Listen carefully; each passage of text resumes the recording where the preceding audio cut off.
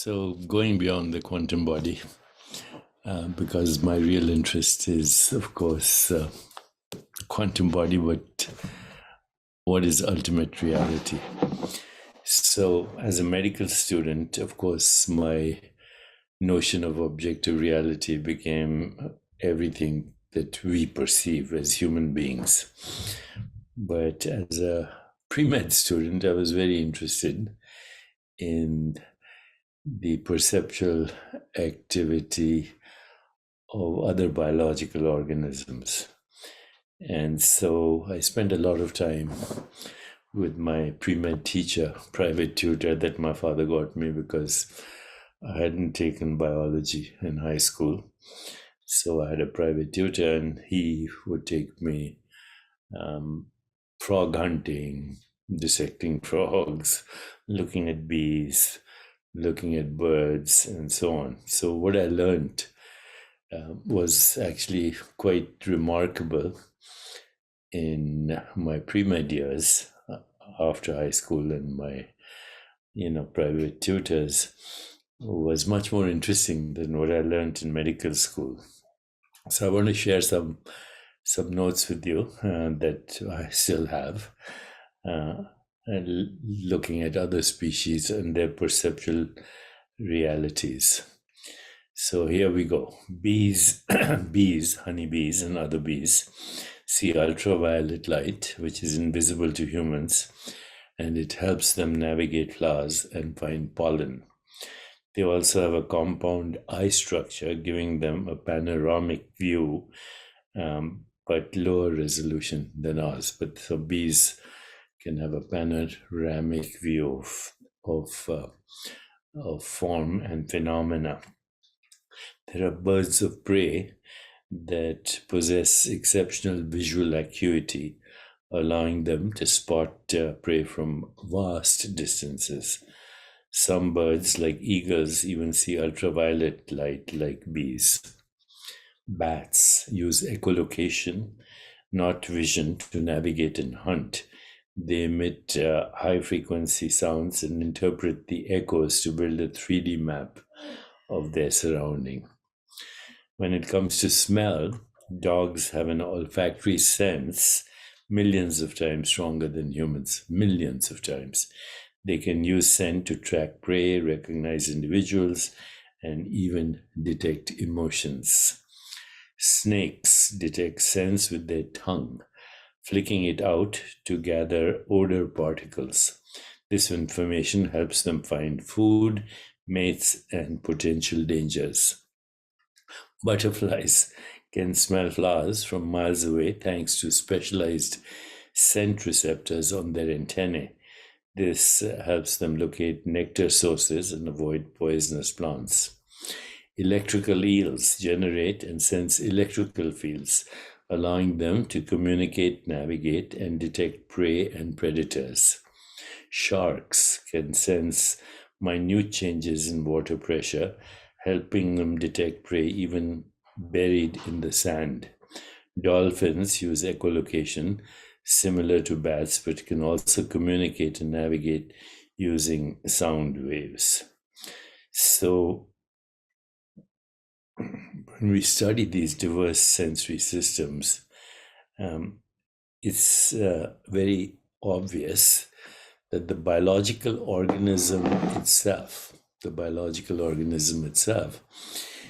is a sensory system experiencing different bandwidths of what ultimately has to be quantum information. What ultimately has to be quantum information, because everything starts at the quantum field, which, by the way, is not even in time. So this leads to a very interesting conundrum. What is objective reality? All of science is based on objective reality. But what we call objective reality is a species-specific perceptual activity. And what we as scientists call objective reality is the species-specific perceptual activity that is human. What is ultimate reality? Well, ultimate reality has to be what makes all these other realities possible. And there has to be some underlying reality that makes all these different realities possible in the ecosystem of life. So what is that? Is that quantum? Well, as a model, as a mathematical model, we could say that. But then where do these models arise? They're created in the human mind, aren't they? And even as we describe all these different perceptual realities of other species, we describe them in terms of human experience. We describe them in terms of human experience. I think one point here could be very valuable, and that is that ultimate reality has to be a non-local.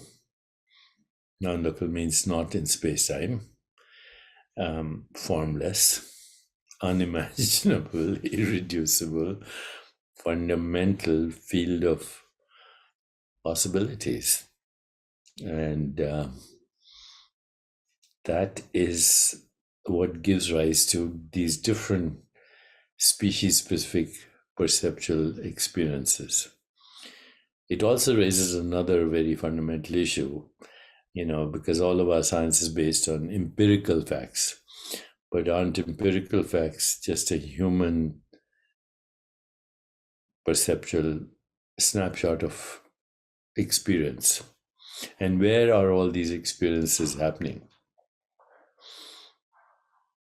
In the inconceivable, in the imperceivable. The common ground of every perceptual activity, which is finite, every perceptual activity has a beginning, a middle, and an end. But the common ground of all these perceptual activities is awareness. So awareness has to be the infinite principle in which all perceptual activity occurs. The infinite principle and the infinite domain beyond space-time in which species-specific perceptual activities occur in time.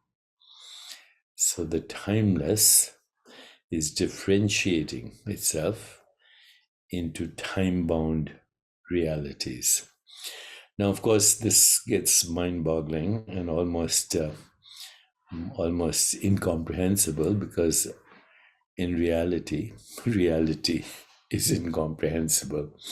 We try to make sense of it, but the gift of being human, even though we have these biological apparatus, the human biological apparatus is just a sensor. But the gift of being human is we can actually think about all these other possibilities, and actually even through technologies, learning from the experiences of other species, extend our range of experience into more and more possibilities in the virtual reality that we call everyday reality. This is the deeper meaning of Maya, the bigger illusion, the cosmic dream that is happening in the infinite, non-local, spaceless, timeless, formless, irreducible, incomprehensible, unimaginable self, the ground of that being, the ground of that cosmic being is also the ground of your being. And I think there's something very special about the human mind that has differentiated from the infinite consciousness, that we can even begin to comprehend this. But the more we try to comprehend it, the more incomprehensible it becomes. And then the only choice is to surrender to mystery. The mystery can't be solved, I don't think, through the limitations of the human perceptual apparatus, of the human brain, or the human mind. After all, human species has only evolved over the last 200,000 years.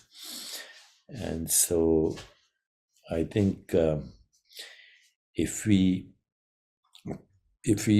were humble enough to acknowledge that reality is a mystery, then it doesn't matter what name we give it.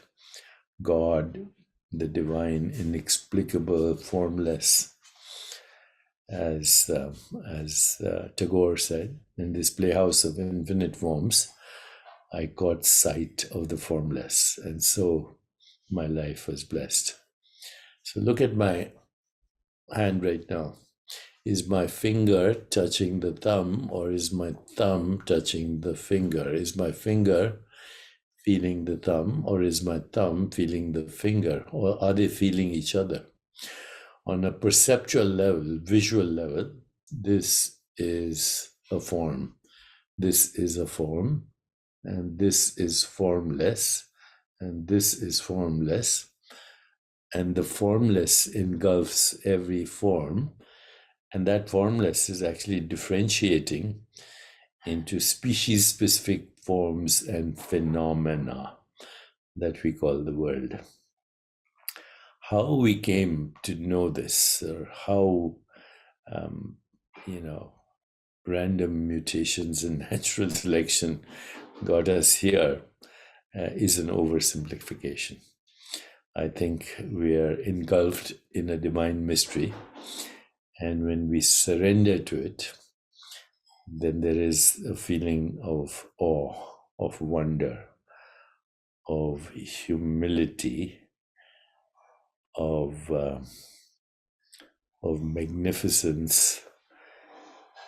And that is the real spiritual experience. Wonder, awe, humility, and surrender to divine mystery. That is the real spiritual experience. And you don't have to be religious to experience that, because religion as a system of thought is never going to get us there. In fact, no system of thought, biological thought, physics, mathematics, which remains a mystery anyway, none of that is going to give us access to reality. Only in the stillness of the formless, which is modifying itself into infinite forms and phenomena, will we have some clue to what is happening. And we have no idea why it is happening, or in fact, even what it is that is morphing itself into these infinite forms and phenomena. Okay, so much for my random thoughts today. I just wanted to share what I was thinking, and I finally gave up thinking and said I just share my thoughts with you without coming to any conclusion. But it felt spiritual just sharing this with you.